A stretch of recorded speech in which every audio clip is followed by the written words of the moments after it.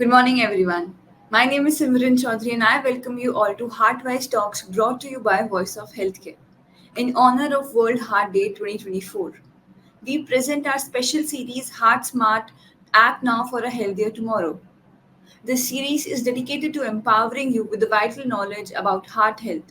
Our theme, Use Heart for Action, reflects our commitment to promoting heart disease prevention, encouraging regular health checkups, and advocating for cardiovascular health priorities.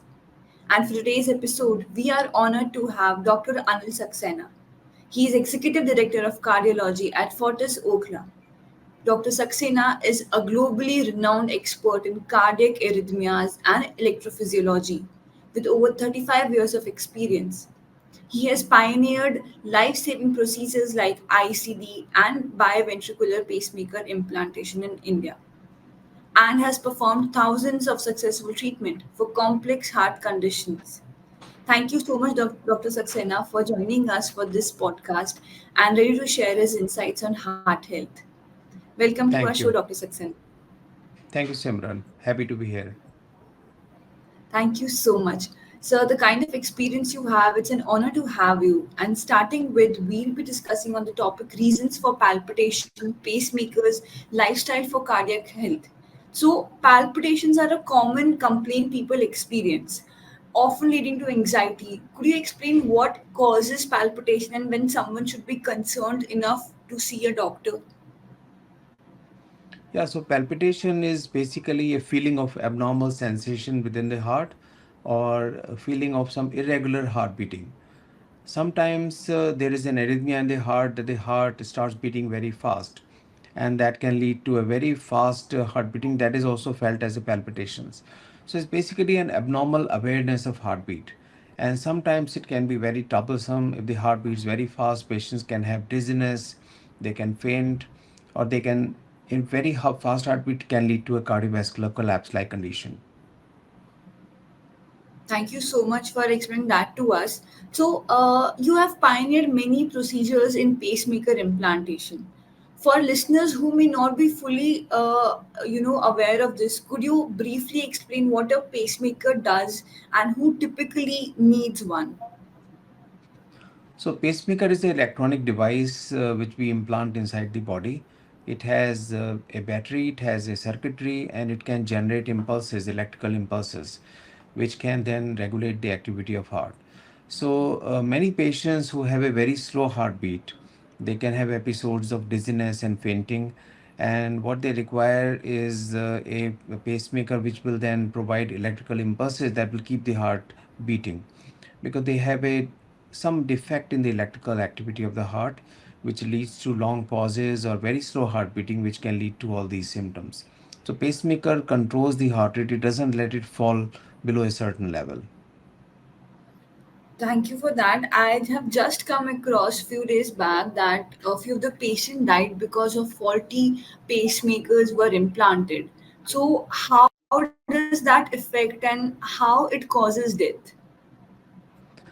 So a pacemaker, it's very hard to believe that if somebody tells me that faulty pacemakers were implanted, I don't think any faulty pacemakers are as such available anywhere in the world, because there are only few companies which make pacemakers, and they're made in very strict conditions, monitored very closely by the authorities.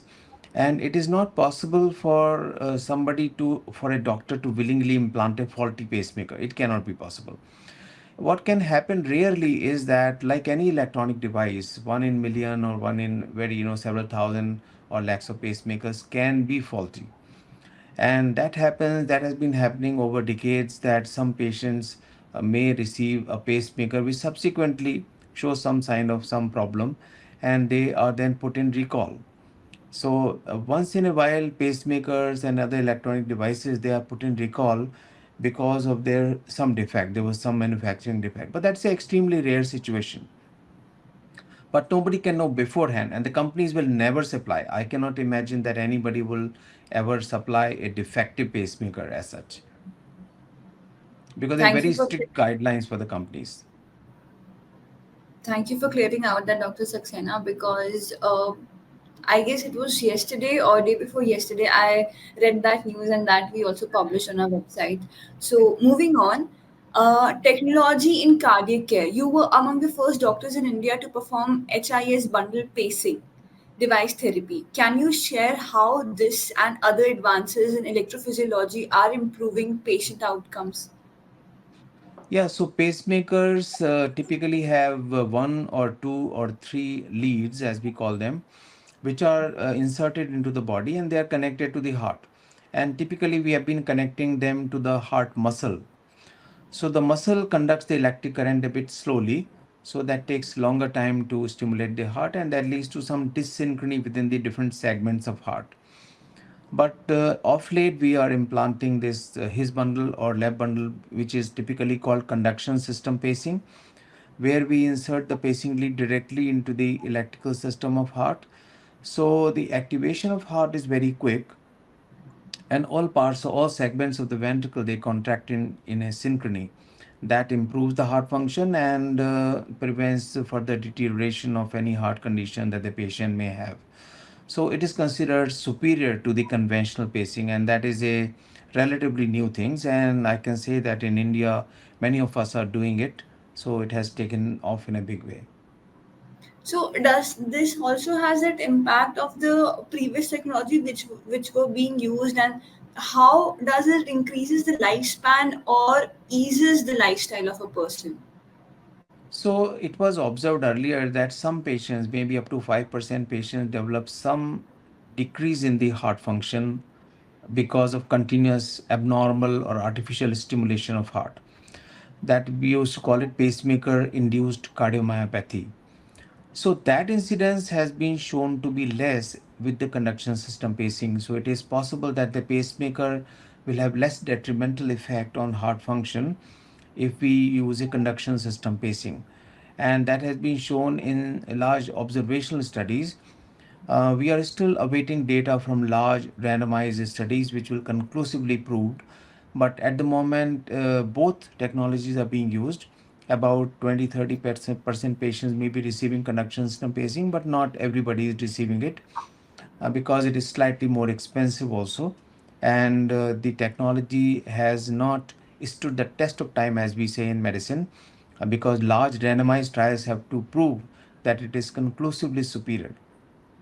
But most of us believe that it will eventually turn out to be better than the conventional pacing. Thank you, Dr. Saxena, for answering that question and clearing that doubt. So, as a leading cardiologist, what three essential lifestyle would you recommend for maintaining a long-term heart health to our audience? Yeah, I think that's a very, very relevant question in today's time because we see increasing number of patients suffering from cardiac disease or cardiac arrest and all that. So I think one of the foremost things is to have a work-life balance.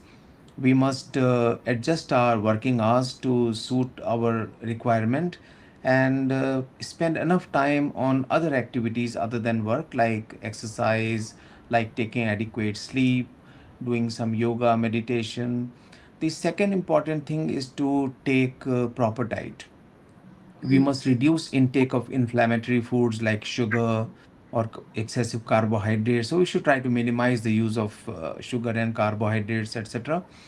Minimize use of alcohol completely, abolish tobacco from use, and take focus on more of vegetables and nuts and proteins, and especially vegetarian diet, which is now considered to be superior to animal proteins.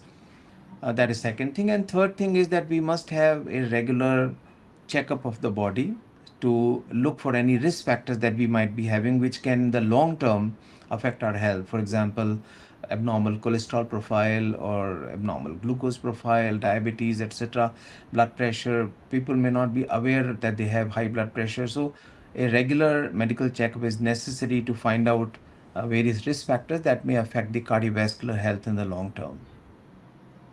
Thank you so much for availing to all our audience about the three essential, lifestyle changes or to make their heart healthy and lead a healthy life. So stress is one of the important factor which affects the heart health, we consider. So stress is often linked to all those heart conditions, right? So how significant is the impact of stress on heart health, and what practices would you advise to mitigate it? I think stress is one of the important factors in cardiovascular health because with the stress comes a release of epinephrine, what we call catecholamines, which constantly increase our heart rate and which keep us stressed all the time, and that definitely affects the cardiovascular health. So one way to combat stress is of course in the mind. For the same set of situation, one person will be more stressed than the other one. So one has to develop a mental attitude of not getting stressed and be relaxed most of the time. And a regular practice of yoga, meditation, and having adequate sleep, maintaining a work schedule, planning the day, all these things are very important in minimizing stress in our body because most of the time we are stressed because we don't manage our time well. So a proper time management is essential to combat stress. Second thing is to minimize unnecessary stressors in life, which are totally avoidable, which we can delete from our life. We should not focus on those things which are going away from us, focus on things which are coming towards us.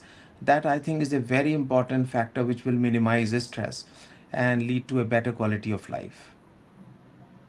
Thank you, doctor, because most of the people are juggling with this work life balance and they are taking a lot of stress because of work or some other activities.